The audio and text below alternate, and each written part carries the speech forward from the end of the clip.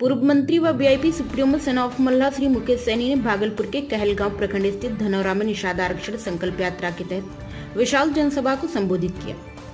भागलपुर जिला में निषाद आरक्षण संकल्प यात्रा के दौरान उमड़ा जन सैलाब एवं सभी का संकल्पित अभूतपूर्व जन समर्थन मिला। श्री मुकेश सैनी ने कहा कि जो हमारी सुनेगा हम उनकी सुनेंगे और हर हाल में निषाद आरक्षण लेकर रहेंगे। बताते चलें कि निषाद आरक्षण संकल्प यात्रा 101 दिनों का है जो बिहार, उत्तर प्रदेश और झारखंड में चल रहा है। इन तीनों राज्यों में वीआईपी पार्टी चुनाव करने की तैयारी में है। गठबंधन किसी भी दल से हो, चुनाव मैदान में वीआईपी पार्टी 2024 के लोकसभा चुनाव के लिए अपने समाज को संगठित कर संदेश दे दिया है। VIP party supremo Shri Mukesh Saini का 9 वर्षों का संघर्ष रंग ला दिया। भारत सरकार को आज नहीं तो कल निषाद समाज को आरक्षण देना होगा। श्री सैनी ने कहा कि निषाद समाज सालाना 1 लाख भी नहीं कमा रहा है तो आरक्षण नहीं दे रहे, वहीं स्वर्ण जाति के लोग 8 लाख रुपए प्रतिवर्ष कमा रहे हैं, उनको 10% आरक्षण मिल गया है।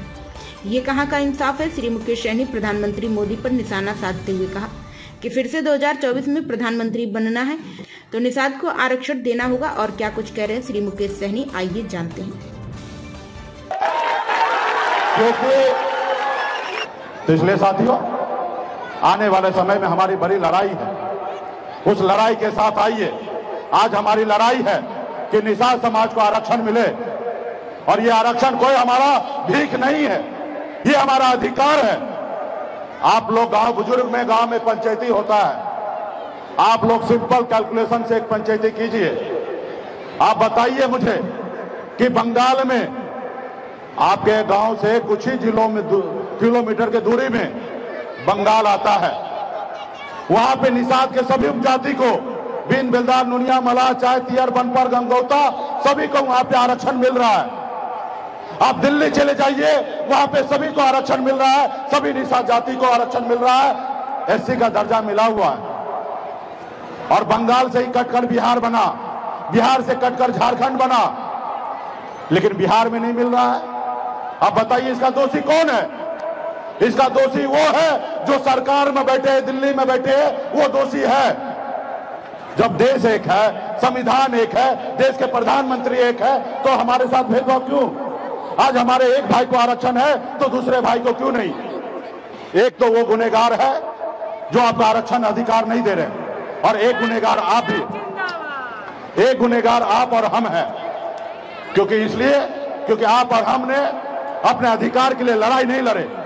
अगर अधिकार के लिए लड़ाई लड़ते, काश अगर हमारे समाज में भी लालू प्रसाद यादव जी जैसे नेता जन्म लेते, लड़ाई लड़ते, तो आज निषाद का बेटा को आरक्षण मिल गया होता। और आरक्षण मिल गया होता तो आज आपका बच्चा मजबूर है मछली मारने के लिए। आज यूपी, बिहार, झारखंड जाइए, 137 जिला है, एक भी जिला में निषाद का बेटा कलेक्टर नहीं है। अगर आरक्षण मिल गया होता तो आज आपका बेटा कलेक्टर होता, एसपी होता, एसडीओ होता, बीडीओ होता, डॉक्टर होता, इंजीनियर होता, लेकिन नहीं है, मजबूर है दूसरे प्रदेश में जाके नौकरी करना, दूसरे के खेत में जाके नौकरी करना। अभी ठंड आएगा, 3 महीने के बाद ठंड आएगा, दिसंबर महीना का समय होता है। लोग अपने घर से नहीं निकलते हैं क्योंकि ठंड लग जाएगा। लोग अपने कंबल से बाहर नहीं निकलेंगे, लोग अपने रजाई से बाहर नहीं निकलेंगे, लेकिन उसी समय में आपका बेटा, आपका भाई, आपका पति घर से बाहर निकलेगा, पानी में उतरेगा, फिर मछली मारेगा, फिर बाजार में बेचेंगे, तब उसके घर पे चूल्हा जलेगा। अगर वो बाछला नहीं मारेंगे तो उसके घर पे चूल्हा नहीं जलेगा। आप बताइए, आप कैसे माँ बाप हैं? क्या निषाद समाज में, निषाद कुल में बच्चा जन्म लेना कोई गुनाह है? आज आपके घर में बच्चा तो जन्म लेता है, बचपन से लेकर बुढ़ापा तक गरीबी की जंजीर में बंधा हुआ रहता है। उसके लिए कौन लड़ेगा? उसके लिए आप ही को लड़ना पड़ेगा। आज मुझे लोग कहते हैं कि मुकेश सैनी आपका पार्टी है और आप एक जात की बात करते हैं। हम कहते हैं कि हम एक जात की बात नहीं करते हैं। ये निषाद समाज, बिन बिलदार, नुनिया, मलाह, गंगौता जो है, ये मेरे लिए कोई जात नहीं है, मेरा परिवार है। और मैं परिवार के लिए लड़ाई लड़ता हूं, और परिवार के लिए लड़ाई लड़ना कोई गुनाह नहीं है। आज मैं आपका बेटा, आपका भाई हूं, इसलिए लड़ रहा हूं। अगर मैं ब्राह्मण, भूमियार कुल में अगर जन्म लेता तो क्या लड़ाई लड़ता? नहीं लड़ाई लड़ता। मैं इसलिए लड़ाई लड़ता हूं क्योंकि मैं गर्व से कहता हूं कि मैं सन ऑफ मल्ला हूं, एक निषाद मल्ला का बेटा हूं।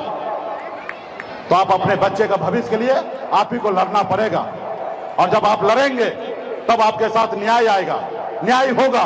और जब लड़बे नहीं कीजिएगा तो आपको कैसे न्याय मिलेगा? आज कल तक बिहार में आपने मुझे देखिए, मैं कोई अमीर घर में जन्म नहीं लिया, मैं भी एक साधारण गरीब परिवार में जन्म लिया। पिताजी मछली मारते थे, दादाजी मछली मारते थे। जिस घर में हजारों समस्या है उस वहीं पे मेरा जन्म हुआ। हर तरह का अभाव था। अगर 4 रोज अगर घर में काम ना हो तो 5वां दिन घर पे खाना नहीं बनता, ऐसे घर परिवार में मेरा जन्म हुआ। मैं 18 साल की उम्र में, जिस उम्र में बच्चे को अपने घर में माँ बाप के साथ रहना होता है, उस उम्र में मैं घर छोड़कर बंबई जैसे शहर चला गया। वहां मेहनत किया, मजदूरी किया। 900 रुपया नौकरी महीने पे नौकरी करता था, 30 रुपया रोज पर मजदूरी करता था। लेकिन मैंने नसीब से लड़ाई लड़ा, मैंने नसीब को बदला। बंबई जैसे शहर में हमने कामयाबी का झंडा गाड़ दिया, एक बेहतर जिंदगी जीने लगा। और ये सब संघर्ष के बदौलत हुआ साथियों, संघर्ष के बदौलत। उसके बाद मैंने देखा बिहार में कि लोग चांद पे घर बनाने के लिए सोच रहा है, लेकिन आज भी इस समाज को, निषाद को रहने के लिए घर नहीं है, उसके घर पे जाने के लिए रास्ता नहीं है।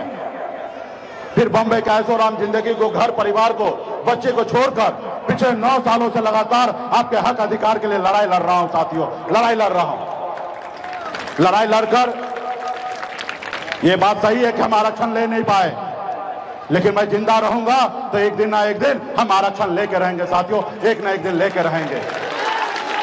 लेकिन पिछले 9 सालों में हमने कम उपलब्धि हासिल नहीं किया।